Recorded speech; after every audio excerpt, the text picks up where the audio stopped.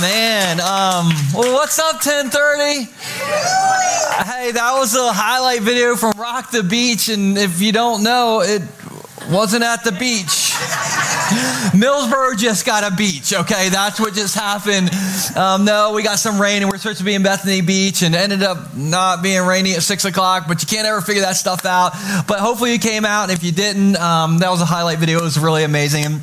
I just want to tell you, you guys sang better than all three services today, okay?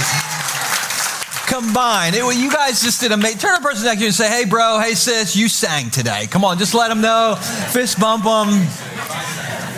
And when you see the band around the building or you see Pastor Nate did a lot of what Rock the Beach was. So just shout out to Nate. It's amazing. I'm glad that you guys are here. Maybe you're not here in the flesh. Maybe you're online right now. So thank you for tuning in wherever you're tuning in from. This is the last of our money series. Everybody say, yes. I think there's 10 people excited about this series, all right? And so next weekend, we're starting a brand new series called A Temptation Guide. And so it's going to be a lot of fun. And so come back for that. But today, I want to start out by asking you all a question. I'm curious, and you're able to raise your hand for this, if this is you. Do we have any conspiracy theory people in the room? Where are my tinfoil hat people? Raise your hand up. I'm not going to make fun of you. Just kidding, I am. Listen, they're on the last few services. There's 4 people raised their hand in this service. Every other service, they were all there, all right? Now, I'll just tell you, I'm not a conspiracy theory guy for the most part, but I got one, okay? I got one tinfoil hat kind of thing, all right? And I'm going to put my hat on for it. I think our phones are watching and listening to us. I think our phones are watching and listening to us right now. Hey, who else thinks this? Who else thinks this? You all need tinfoil hats. Put them on, people. I'm going to wear this for a moment while I tell a quick story, okay? And then I'll take it off because nobody else will pay attention to me if I continue to wear this hat. But this happened to me a few weeks ago, and I started my day out at Royal Farms getting a Mountain Dew. You all know, every one of my stories start out this way. It's embarrassing, but it's who I am. And so I'm at the Royal Farms, and they ran out of the fountain soda of Mountain Dew. And I know all the people there, and they take care of me. And so they're in the back. They're fixing it up, getting the new box or the new, however they do the magic, all right? And so I'm standing there, and I don't have anything to do for 5 minutes while I'm waiting for them to change this thing over. And so I just go stand next to the Slim Jim jerky section. Now, I'm just going to tell you, I've never bought jerky from a store in my life, okay? The only jerky I have is the stuff that people give me, and it is delicious. But I have never snapped into a Slim Jim, people. Never. But I'm just standing there for 5 minutes, just trying to kill time, okay? I don't even have my phone out. I'm just standing, looking at the Slim Jims or whatever.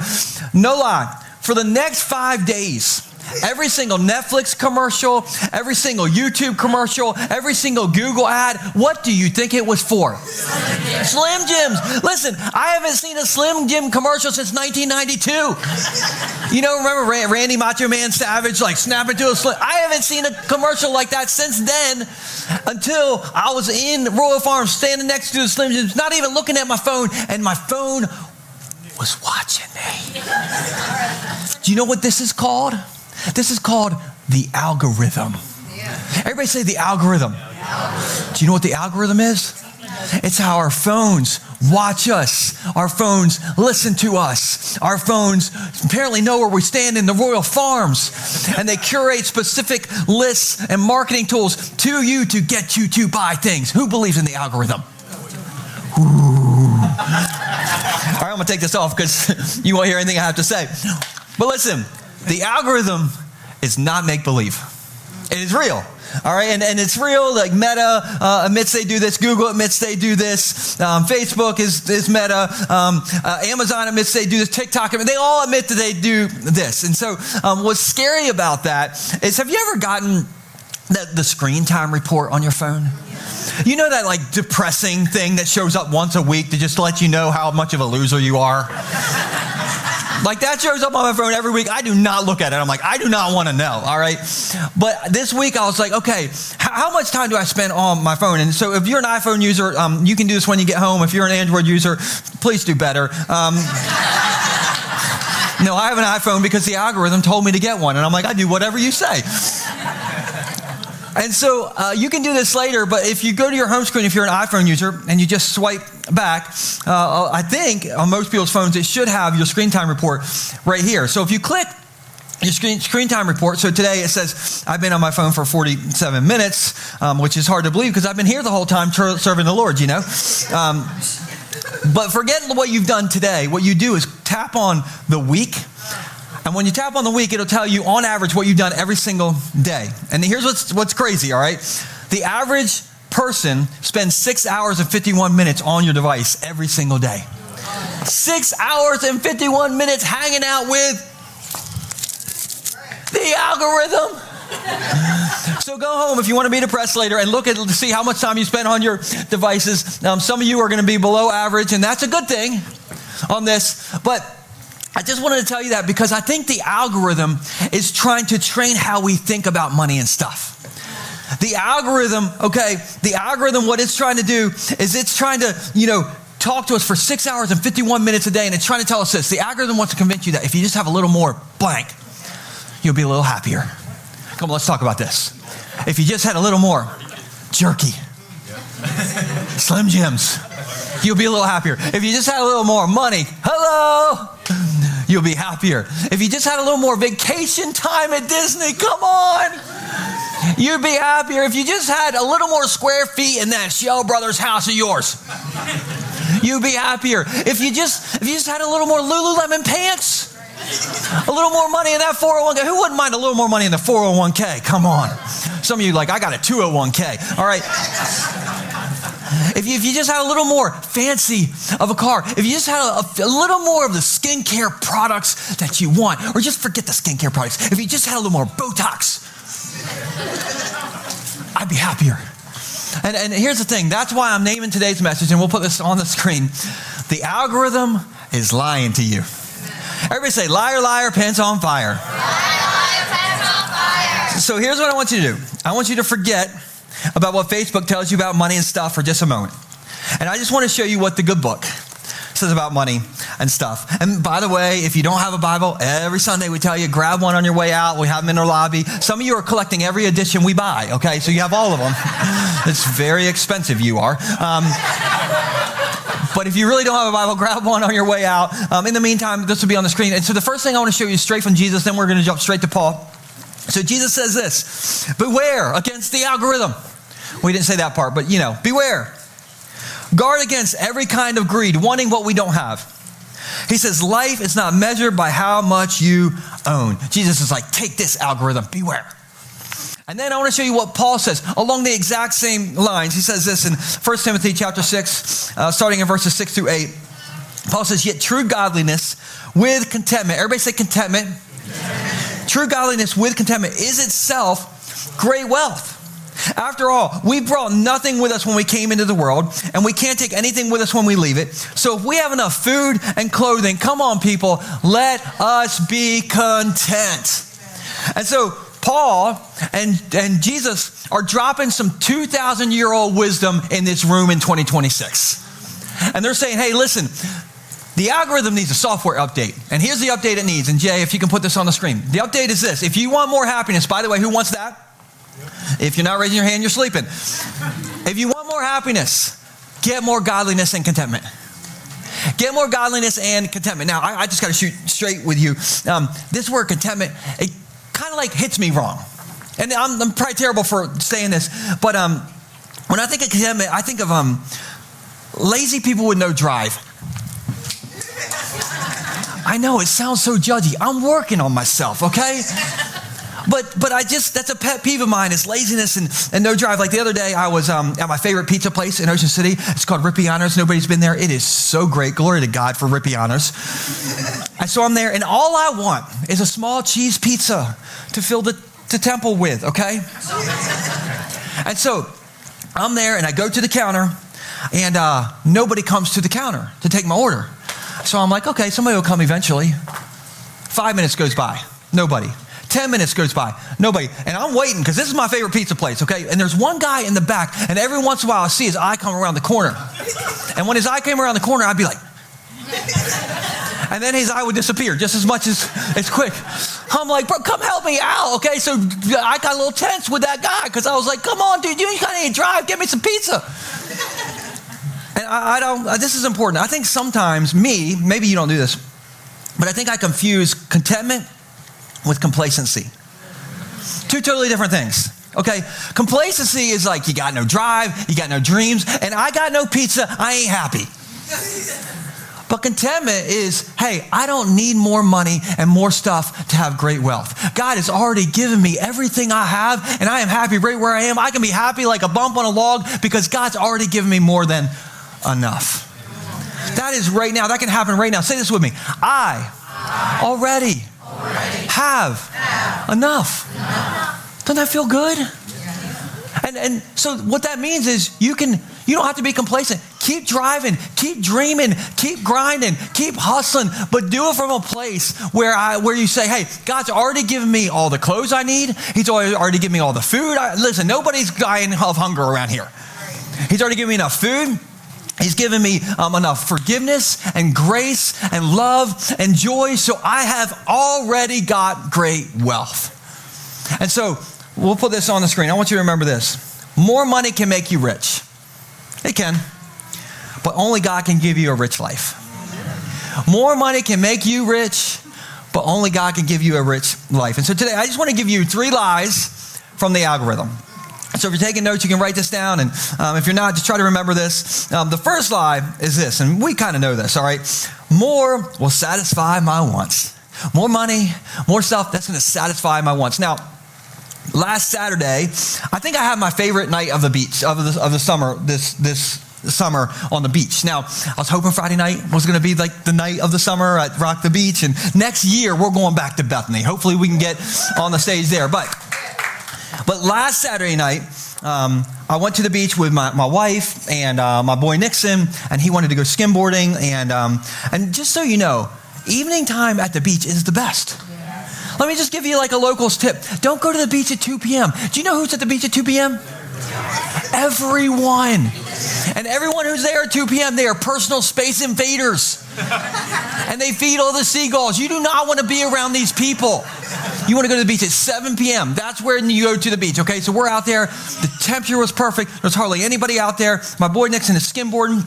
I'm sitting there with my wife, and it's just great. And these, I'm 43 years old now, so I can say this. These youths came out. The youths came out. Five youths came out. And they got their fishing gear and their kayak, and they wanted to go shark fishing. And so this is what they were doing. They had their shark rig, and they would kayak their bait like a quarter mile out. They drop it off the kayak, then they kayak back in, and then they put their youth music on, and they were bebopping all over the place, okay? And I like their music, actually. So they were doing their thing, and we're just watching. They're living the dream, okay? And they hooked into this shark.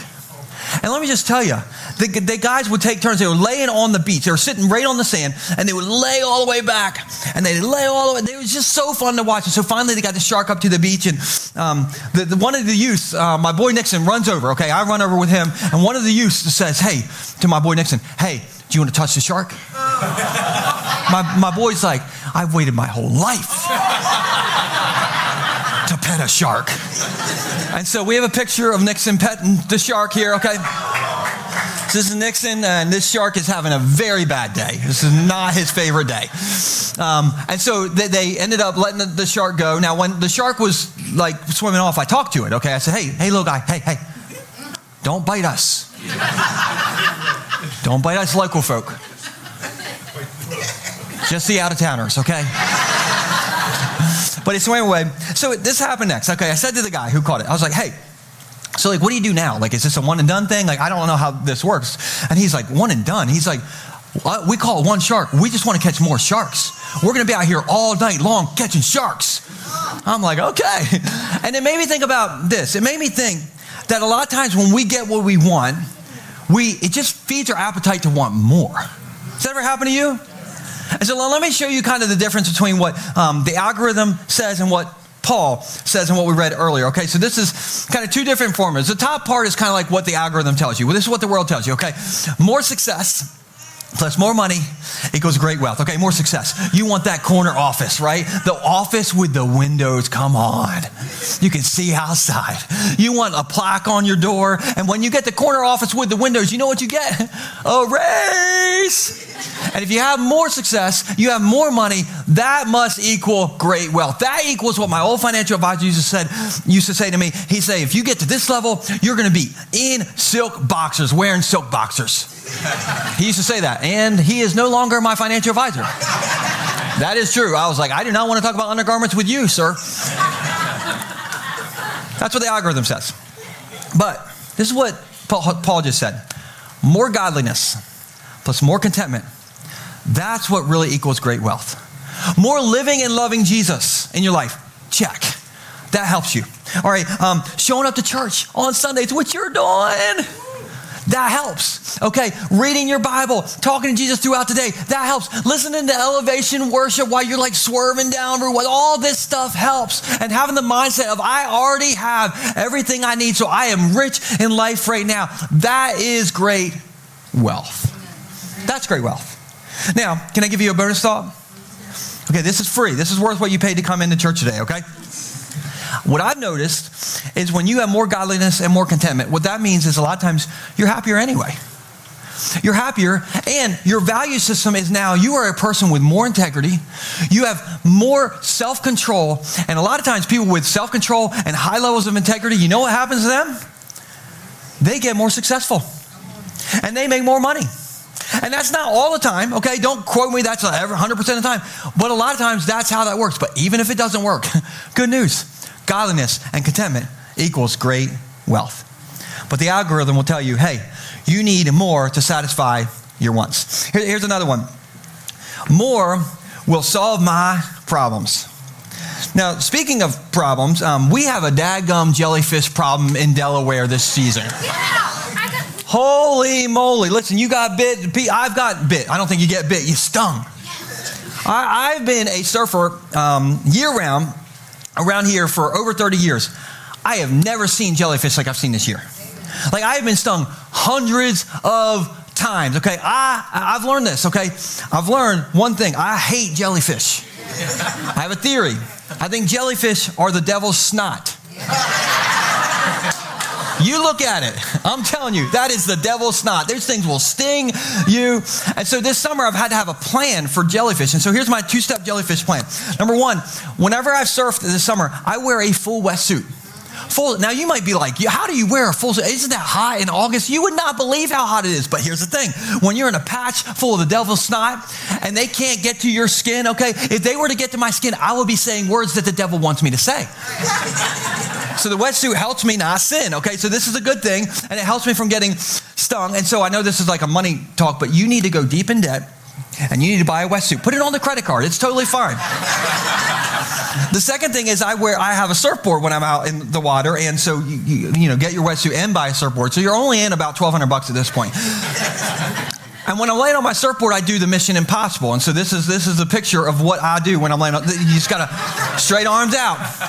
This is the only plan that will keep you from getting stung from jellyfish, okay? Who says church is not helpful? Here's the thing. That was kind of a fun way to say this. And I think jellyfish stings and money are a little bit the same in this sense. And we'll put this on the screen. If you don't have a money plan, just like a jellyfish plan, you're going to get stung in life. And parentheses, this is important, and getting more money won't always keep the sting away. Well, let me show you how this next part is true by just telling you a few stats, okay? This is interesting. Did you know 50% of Americans making did you know 50% of Americans making $100,000 or more are living paycheck to paycheck? Did you know 54% of Americans say they're not good at personal finance no matter how much money they bring in? Did you know the top 10% of income earners carry $7,000 more in car debt than the bottom 10%? And you might say, well, that's because the top 10%, they're driving fancier cars. Not necessarily. 61% of people who make over $250,000 or more a year drive non-luxury brands. They are rocking that Ford, Toyota life, just with $7,000 more debt.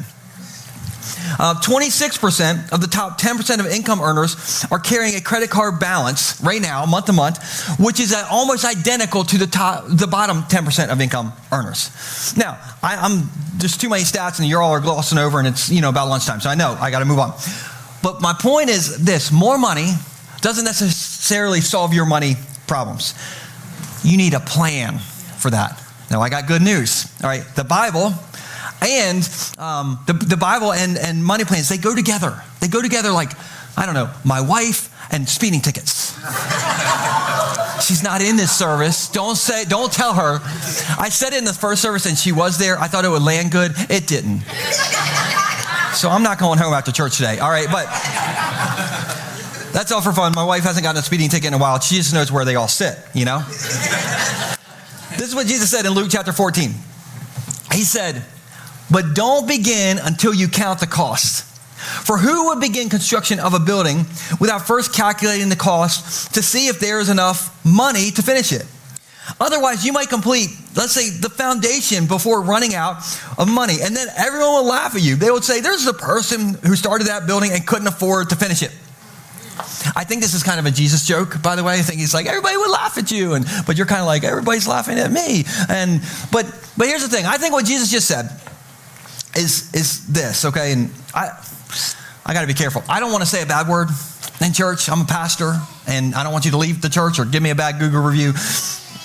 But I think Jesus just said the word budget. Everybody say budget. Don't cuss in church, okay? No, I don't think budget is a bad word at all, okay? So in our family, me and Stacey, we've been married for almost 19 years. In December it'll be 19 years, except for the speeding ticket comment might change things, but whatever. But 19 years, and every single month of our marriage, we have had a monthly budget. And it's on my phone, okay? It's in the cloud.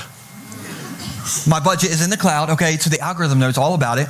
And so how it works is, let's say after church today, I go on my phone, and it says, I have a text. And the text might say, it's from Visa, and it might say transaction, Aldi. It's always Aldi, okay? What I do is I go in my spreadsheet that's in the cloud, I pull that up, and I put Aldi, I put, food budget or food category, and then I put the amount that's there, and I track this whole thing. And my budget, listen, it is so nerdy. It's got colored charts. It's got formulas in there. It's got recommended percentages per category. It is so nerdy, and I love it so much, okay? But I don't have a budget because I love money. I have a budget because I don't want money to master me. I want to master it so I can honor God with it. And the Bible says very clearly, do not love money. The love of money is the root of all evil. So the Bible is saying, hey, don't love money. Money's not bad, but the love of it, don't love money. Don't let money master you. But Jesus just said, you need to have a plan with your money so that it doesn't master you. And so we'll put this on the screen. If we don't want money to master us, we have to master it by managing it. And so if you're stressed out about money right now, and stats say you probably are, okay? If you don't have a budget right now, and stats say you probably don't, okay? I think you should start, and we'll put this on the screen. You should start this today. The 90-day budget challenge. I thought there would be like excitement and cheer. No? Those are the most fake golf claps I've ever heard in my life. Like, yay. In the second service, this kid said, in the front row, he said, 90 days? And the mom was like, oh, I'm so sorry. I'm like, no, he just said what everybody was thinking. But for 90 days, okay, what I want you to do is, just track everything you spend and make some categories, okay? Don't overcomplicate it. Make 10 or 11 categories. And maybe you're like, I don't even know what category, what is a budget category? Well, I have just an example, okay? So you could take a picture of this and you have 10 or 11 categories here. I even put recommended percentages on the right because I'm really nerdy like that. If you're like, I don't know where to start. But don't get too bogged down right now, okay? This is how this would work, okay? You can do this through an app. You can have Money app or the Every Dollar app, or maybe you're old school paper and pen kind of person. But here's what would happen. Let's say today, after this service, you go to Agave. Oh, get that guacamole, come on. Get all the pine nuts and the apples and all that stuff. Get the works, okay? So after you get your bill and you pay for that, $300, You just write down agave, food category, and $300. And then after that, you might say, hey, I made some poor choices, dietary choices at lunch. And so now I'm going to go to Planet Fitness and get a day pass. And I'm going to pump some iron, work that off that guacamole, all right? And so you would write down $10, health, Planet Fitness, and categorize that, okay? Now, if you're at Agave and you drink one too many margaritas, do not drive to Planet Fitness. Do not have a bail money for jail category, okay? That's not on this budget sheet. For 90 days, just track everything you spend money on. At the end of 90 days, see what percentage of your income each of these categories fall in. And if it looks like at the end of the day, like it represents your value system, great. But if you get to the end and you're like, hey, we spent 90% of our money on DoorDash, maybe delete DoorDash. And so you don't know what you don't know, right? And so if you want to have a money plan, you got to know where it is going. Now, two quick things. Number one, if budgeting stresses you out, that makes you normal, right? But here's the thing. Aren't you already stressed out about money? Aren't you already stressed out that every single time you drive by the outlet, somehow your credit card balance goes up by $250? So my thought is this. Why not just have stress and a budget for 90 days versus stress and no budget and no money for 90 days? And the other thing is this, and I know, like, you look at this and you're like, Joel, you tricked us. You put giving at the top. Of course you would do that, all right? Of course you would put that at the top. And we talked about giving on week one. I know Pastor Cotter did a great job and talked about that some last weekend, and I'm not going to go do a deep dive in that again. But I do want to say this.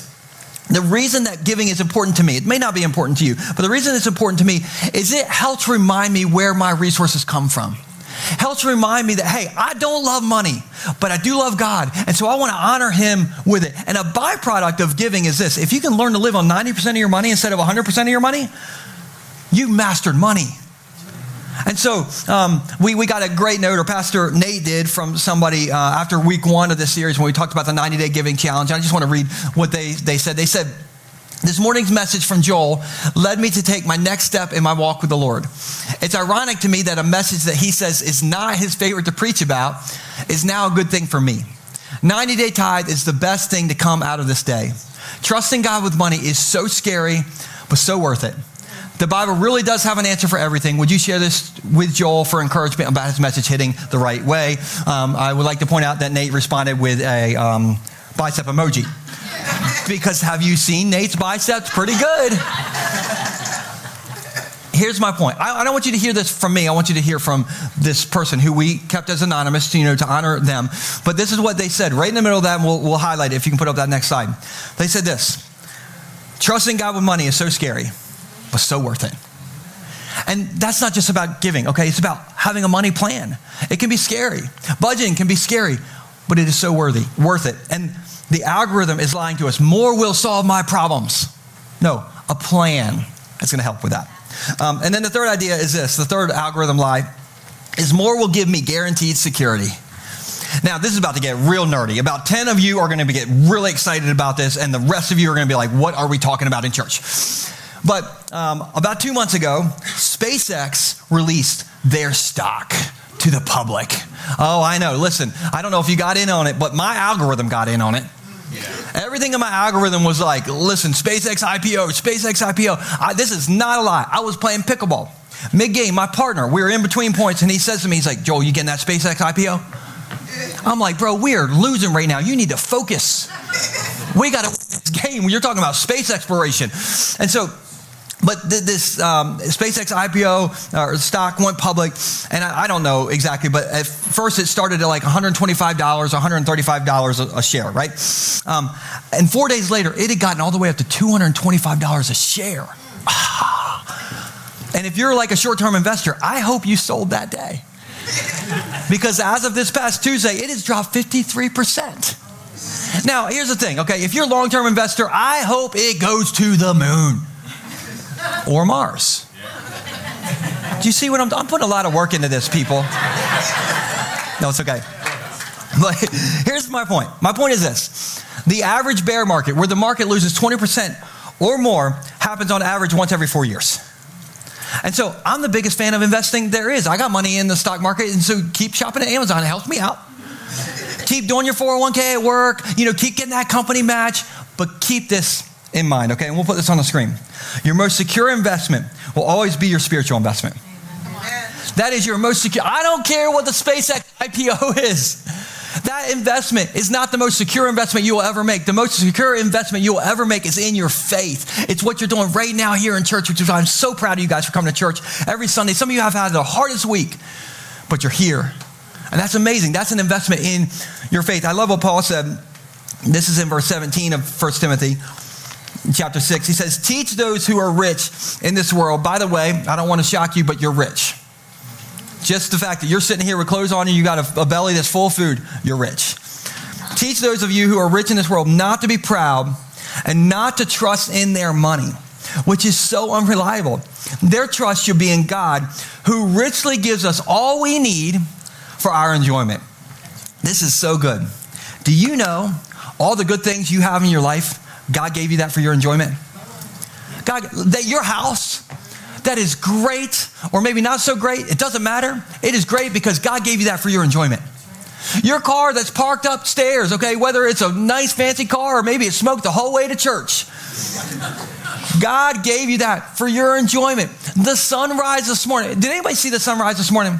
The sunrise that God gives us every single morning, God gives us that for our enjoyment. And there is no market crash, no inflation report that's going to stop the sun from rising. Why?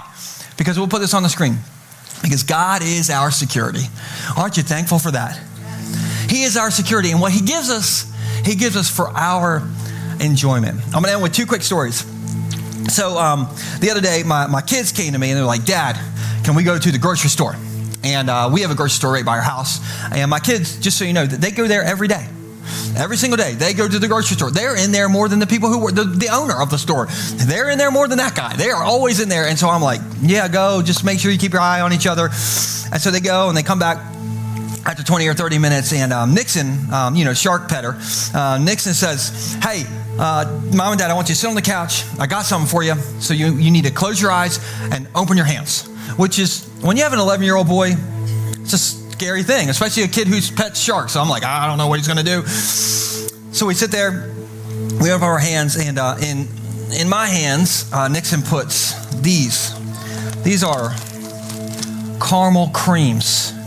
Who remembers caramel creams? Like the caramely outside with the cream. Who cares about the outside? The cream in the middle that melts in your mouth. Glory to God. And he says to me, he's like, I got you these because I love you, and you told me you loved these when you were a kid. I'm like, then I thought, this kid did something wrong. This kid is working me right now. So he gave me my caramel creams. And then for Stacy, he put something in a bag in her hands. And it was this hat. And he said, Mom, I know you love hats, and I know you love Jesus, so I got you a I Love Jesus hat.